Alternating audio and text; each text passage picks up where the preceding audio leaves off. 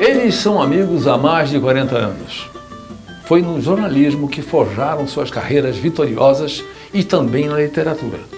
Tanto na obra de um como na de outro, eles dividem uma paixão comum. Paixão pela cidade de São Sebastião do Rio de Janeiro, presente na ficção e na reportagem. O carioca da Gema, Carlos Heitor Coni, e o mineiro de Caratinga, Rui Castro, que dava tudo para ter nascido no Rio, estarão mudando de conversa hoje para a gente ouvir e ver. Juntas, suas obras são suficientes para encher uma estante. Um já está lá, na Academia Brasileira de Letras. O outro diz que não tem interesse em ingressar, mas quem garante? E o mais impressionante de tudo, eles confessam que não gostam de escrever. Imagina se gostassem. Coni, você que passou os melhores anos da sua vida no seminário, né? Em plena adolescência, evidentemente, quer dizer, você, lá dentro você tinha uma informação sobre o que se passava aqui do lado de fora. Por exemplo, te caía a mão, mesmo que acidentalmente, algum número da Carioca ou do Cruzeiro, mostrando, por exemplo, a Elvira Pagan vestida de estola ou a Dorothy Lamour de sarong? Não chegou. Os exemplos que você citou, não preferia ver Santa Teresa da Ávila, Santa Teresa Vindo em Jesus. Essa era meu prato de resistência. Mas, evidentemente, eu era um simples subordinado e tinha acesso a determinadas vedetes. Mas não era exatamente minha obsessão, digamos, sexual, não era nem Elvira Pagan, foi posteriormente. Eu, inclusive, conheci ela pessoalmente, né? Mas eu tinha um mito, que era Gigi Rogers. Entendeu? Eu só de ouvir a palavra Gigi Rosa, eu pecava. Membro do seminário.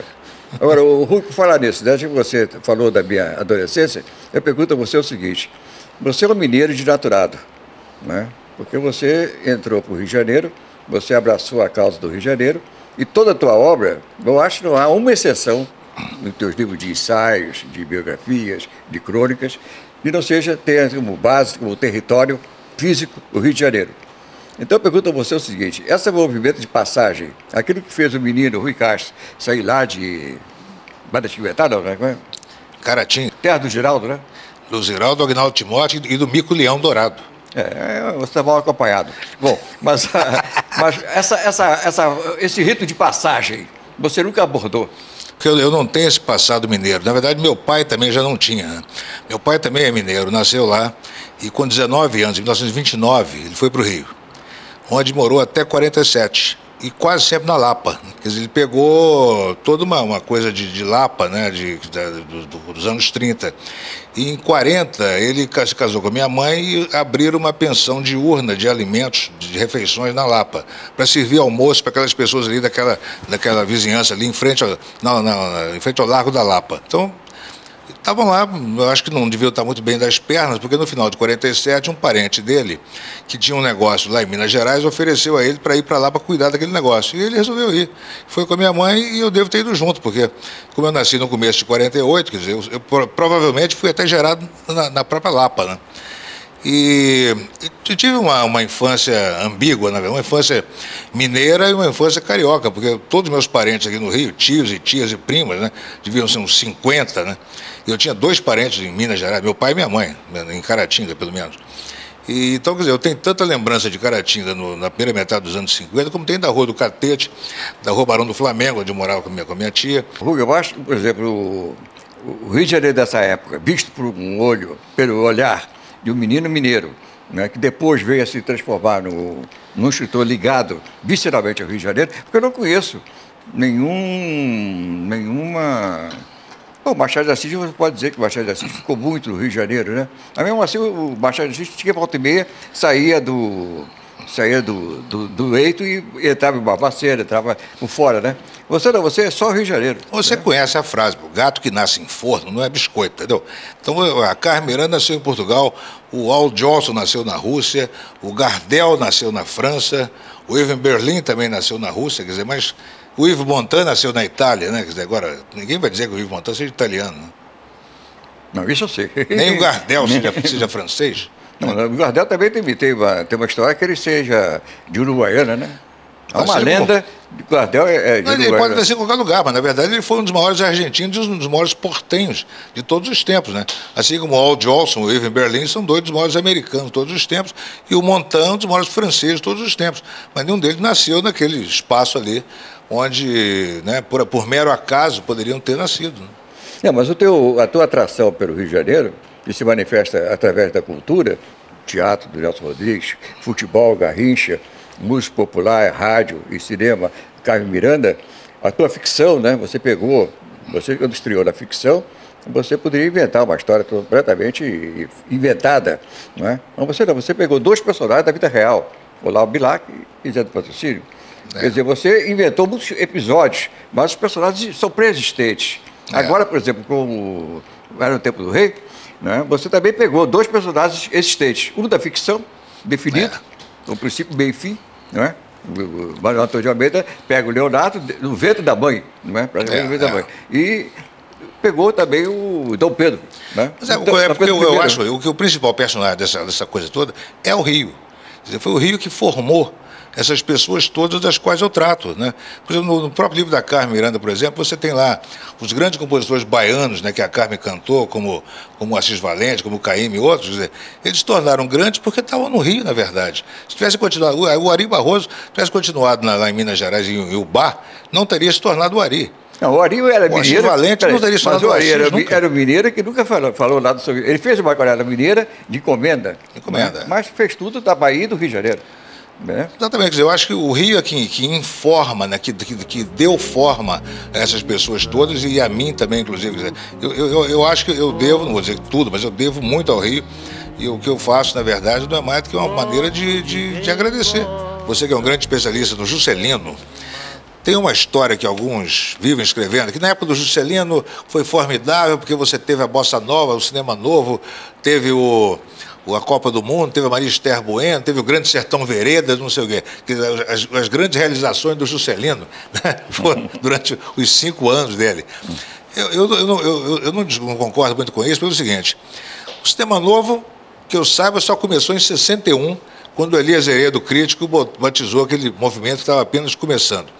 A Bossa Nova já vinha em ebulição 10 anos antes. O Grande Sertão Veredas, que foi lançado pouco depois da posse do Juscelino, eu duvido que o Guimarães Rosa tenha sentado para escrever o livro durante a eleição do Juscelino. Quer dizer, eu acho que ele escreveu mais durante o governo do Café Filho. Quer dizer, então o Grande Sertão Veredas é uma realização do governo do Café Filho, não do governo do Juscelino.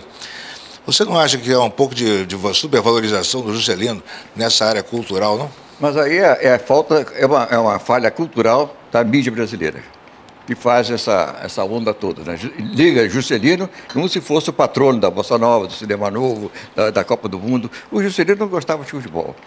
Eu praticamente tenho uma certa responsabilidade nisso, porque, afinal, o texto final das memórias dele, aprovado por ele, é meu. Então, sempre feito esse mesmo personagem. Em música, ele gostava, além das canções mineiras, né, das serenatas mineiras, Peixe Vivo, Eu Vira Escuta, eu gostava muito de Ouvir Escuta.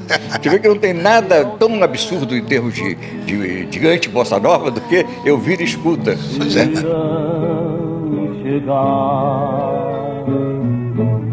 Não sejas traidor. E o músico preferido do Juscelino era de Levando Reis, que era um violinista, um bom, tocava muito bem violão. Mas o repertório dele era Abismo de Rosas, Abismo de Rosas, Sons e Carrilhões, que era uma música que o Juscelino gostava muito, né? A poesia, falava também da poesia concreta, né? A poesia que o Juscelino gostava era Gonçalves Dias, Casimiro de Abreu, né? Cinema, ele gostava de filmes, se pudesse ele viria essa vez filmes de Porto Chanchada. Ele gostava muito disso, né? Ele era entendido. Mas não teve nenhuma... E o futebol também, né?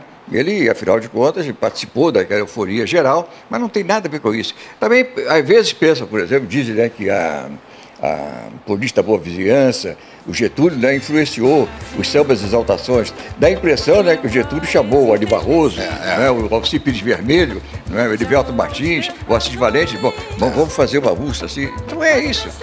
O Juscelino, o Getúlio, eu estive na casa do Getúlio, lá em Itu, né? Ele só ouvia Pedro Raimundo, sanfoneiro. Então, é uma coisa assim de época. Agora, aí é falha cultural da mídia. Pessoa que acha que o período JK, que é um período bom, não há dúvida nenhuma, é um período de otimismo, um período em que o brasileiro começou a acreditar em si mesmo. Agora, não teve nenhuma influência, né, cultural no fato, no processo cultural brasileiro. Bem verdade que ele se cercou, no governo dele, de pessoas inteligentes. Schmitt, Álvaro Lins, José Montello, Chico Barbosa. Então ele tinha realmente, ele dava importância às pessoas inteligentes, tanto que ele quis entrar na Academia Brasileira de Letras e não conseguiu.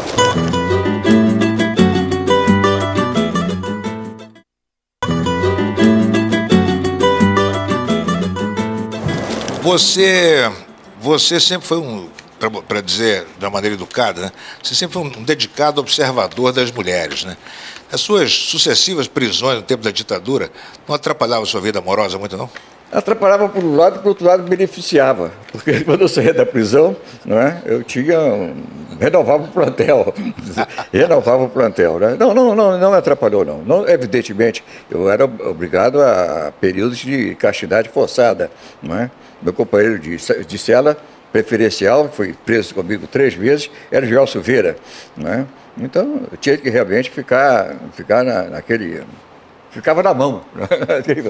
Agora, deu retorno. No caso, por exemplo, das mulheres, né, eu tive 6 casamentos, mas eu estou, por exemplo, casado há 30 anos. Aos 50 anos, eu tomei juízo. Não é? Agora, Rui, uma coisa. Em 1996, você fez parte do júri lá da Roda Viva, em que eu fui entrevistado. E você me fez uma pergunta muito calhorda, entendeu? Você perguntou se eu desejava entrar na academia. E eu pulei, né? De jeito nenhum, jamais vou entrar, tal. Enfim, você ficou satisfeito, todo mundo ficou satisfeito. Agora, no começo do ano, a sua candidatura à Academia Brasileira de Letras foi lançada a sua revelia. Não é isso não. A Academia, não posso falar mal da Academia. O problema é o seguinte, tem amigos lá. O problema é que não faz meu gênero. Entendeu? Não faz meu gênero, realmente não faz meu gênero. 4 anos depois eu entrava na Academia. Eu pergunto a você o seguinte, você não vai entrar para a Academia? Não, tudo bem, eu encaro isso aí com muita tranquilidade. Já estão querendo me convidar para o PEN Clube. Não, aí não. Aí eu aconselho você... minha primeira coisa a fazer é não entrar para o PEN Clube. Exatamente. O PEN Clube é perigosíssimo. Você entra para o PEN Clube, você já está com o pé na academia. Então não, de jeito nenhum. É preciso ficar fora do PEN Clube. E além disso, eu não posso. Não, mas o PEN Clube foi fundado pelo Bernard Shaw, né? Já me disseram isso. Olha, então é mais um motivo, porque o principal discípulo de Bernard Shaw no Brasil, que é o Milor Fernandes, não é do PEN Clube nem da academia. Então eu não posso caronear meu amigo Milor Fernandes, entendeu? E, além disso, eu não tenho roupa para frequentar a Academia Brasileira de Letras. Então, não tem isso. Não, mas aí o Estado te dá o fardão, né? O fardão custa caro. Está custando R$42 mil. É o preço de automóvel. Agora, tem o seguinte, Rui. Eu acho que, justamente pela tua obsessão, não é? Nelson Rodrigues gostava muito de falar isso, né? Obsessão em 3 atos. Você, numa obsessão de 3 atos, o primeiro ato foi você vir para o Rio. O segundo ato foi você escolher o Rio como personagem. A obsessão do terceiro ato seria você se render a uma instituição tipicamente carioca, embora tenha o nome de brasileira, feita por cariocas, entendeu? E que tem, afinal de contas, é o que restou do Rio de Janeiro antigo, excetuando um ou outro monumento, não é? Do Rio de Janeiro da Belle Époque, o que restou foi a academia. Não, restou também a Confeitaria Colombo, o Real Gabinete Português de Leitura. Mas não tem atividade. Hoje a Confeitaria Colombo é comida aquilo. Não é mais aquela comida, é comida aquilo, entendeu? A academia ainda é a mesma coisa. Você entra lá dentro, tem a impressão que o Titanic vai afundar, entendeu? Atenção, qual é a novidade do dia? O Titanic está afundando, entendeu? Mas eu acho que não tem sentido entrar para a academia se não for para participar daquelas comissões lá que decidem, né, os altos destinos da língua, da literatura, como você faz, né? Eu recebo homenagens por aí que podem não significar nada para ninguém, mas para mim significam muito, né? Eu ganhei, por exemplo, o diploma de Carioca da Gema pela Confraria do Garoto, inclusive com a faixa, né? Igual aquela faixa de missa, entendeu? Então eu tenho isso pendurado na parede. Outra coisa que me tocou muito foi quando o Rei Momo, há uns 5 anos, me encontrou na rua, me reconheceu e veio me cumprimentar, entendeu? Eu achei fabuloso ser reconhecido e cumprimentado pelo Rei Momo. Bom, então vou aproveitar, vou te fazer, já que você me fez uma pergunta que é uma casca de banana, vou te fazer uma outra também. Também casca de banana. Por causa das suas entrevistas e declarações sobre a sua querida cachorra Mila, né, que eu conheci tão bem, há quem pense que você é um fanático defensor dos animais, né?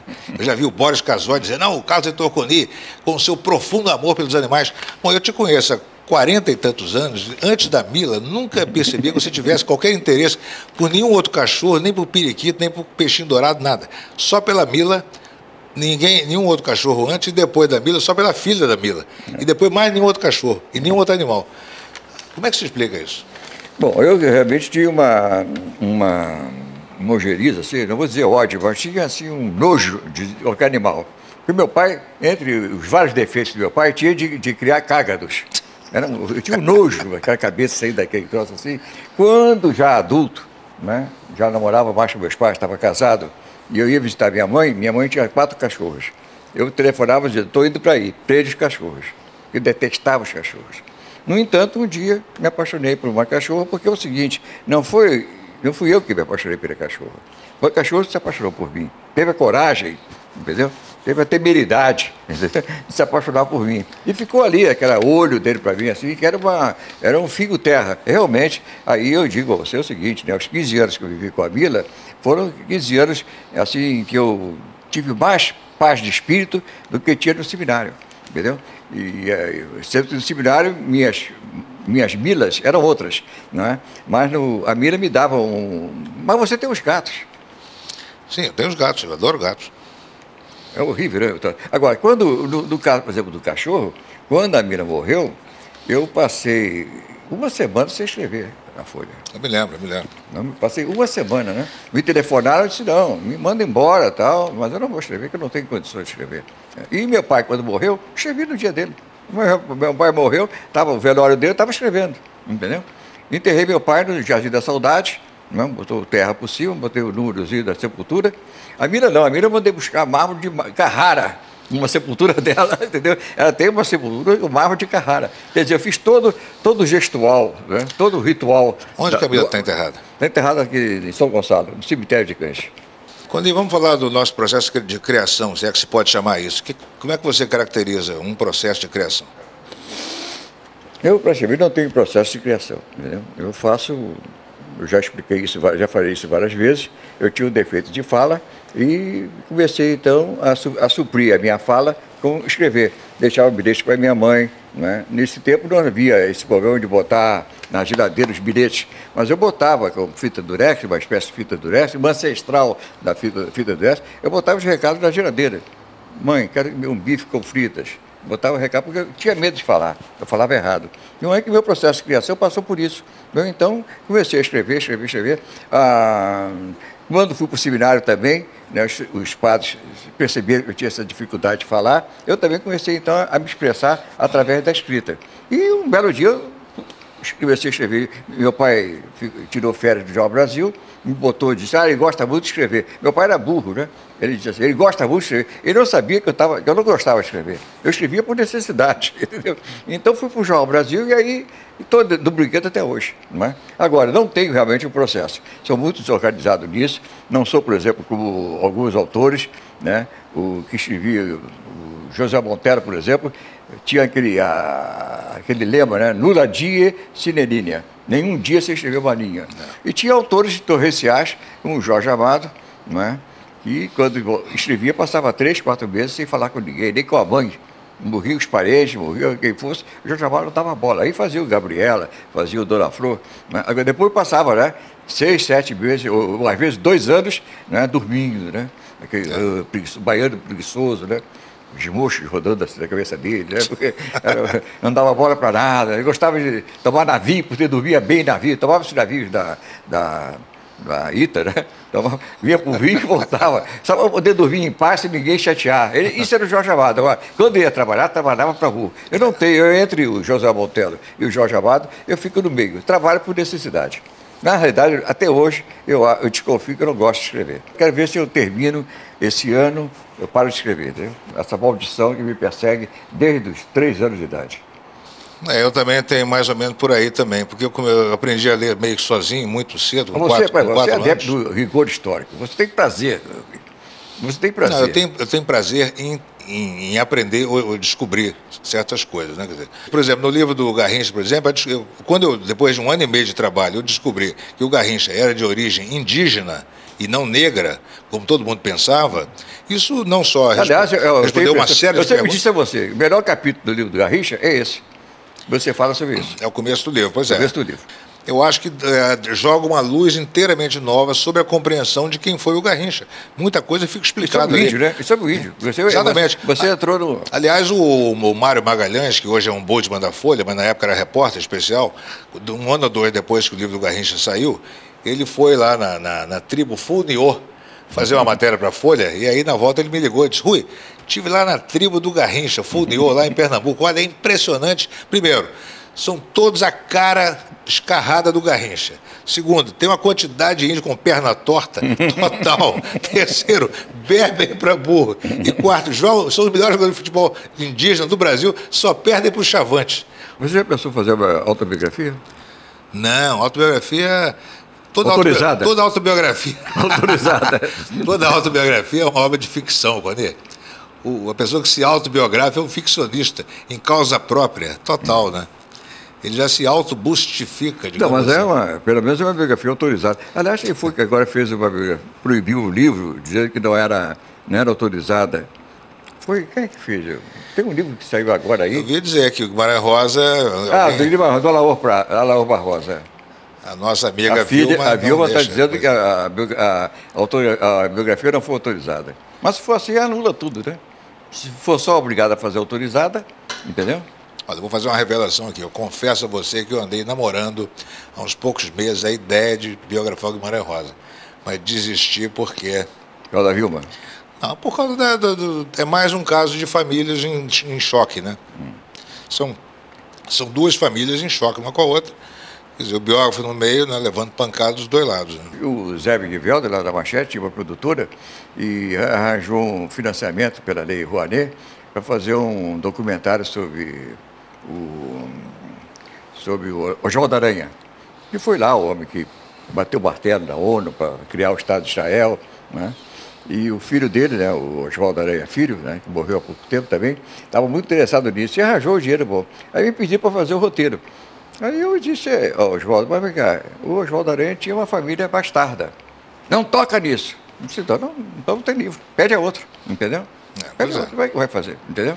Isso é um problema gravíssimo, porque você vê que pessoas fundamentais da história do Brasil no século XX, como Oswaldo Aranha, Zé Lins do Rego, o próprio Jorge Amado, Guimarães Rosa, não têm e dificilmente terão uma biografia à altura da sua importância. Mas aí o raio. Mas aí tem o caso do Roberto Carlos, né? Que é a biografia do Roberto Carlos, né? Sem nenhuma livro. Eu não li o livro, mas você leu, né? Eu li, olha, o autor tenta provar o tempo inteiro, em 400 páginas, que Roberto Carlos foi o maior filho da história, o maior pai, o maior marido, o maior namorado, o maior amante, o maior cantor, o maior ser humano de todos os tempos, entendeu? Mesmo assim foi proibido. Mesmo assim, o Roberto Carlos fez questão de provar para o autor que ele não era o maior em nada, ao contrário, era um ser absolutamente menor, né? Não, porque ali é o seguinte, a Constituição fala realmente que há liberdade de expressão. Então, um autor pode dizer o que bem entender. Mas, do outro lado, também, a mesma Constituição dá o direito à privacidade. Você é detentor do direito à sua imagem. O Roberto Carlos alega que só ele tem direito a escrever sobre ele próprio, certo? E que ele vai escrever a autobiografia dele. Coisa que ele não vai, porque ele não sabe escrever, evidentemente. Só que se o Roberto Carlos escrever sua autobiografia, ele vai ter que falar obrigatoriamente no Erasmo Carlos, na Vanderleia, né, e outros grandes personagens da história do Brasil que vivem em torno dele. Que também podem alegar também que só eles têm direito de escrever sobre eles, né? Ou seja, se essa moda pega, ninguém pode escrever sobre ninguém. A não ser o Robson Crusoe, que mesmo assim ainda vai ser processado pelo sexta-feira. Sexta-feira processo. Agora, outra coisa, né? Espero que da próxima vez, se houver uma outra vez, você venha já de fardão acadêmico, viu? Aí nós podemos tirar um retrato juntos, viu? Com aquele chapéu de Napoleão. Eu nunca botei aquele chapéu, mas para você eu boto. Da tua posse, eu prometo botar aquele chapéu. Qual é a etiqueta das meias? quando se trata de fardão? Tem uma meia de uma cor? Não. É uma meia de bicho? Não, só que tem meia assim, cortada, é toureiro. Toureiro pode usar qualquer cor, mas a meia tem que ser cor-de-rosa. Mas é porque eu tenho um fetiche de meias extravagantes e cafonas. Então eu queria saber se essa meia, por exemplo, eu posso usar num fardão. Pode. Valeu!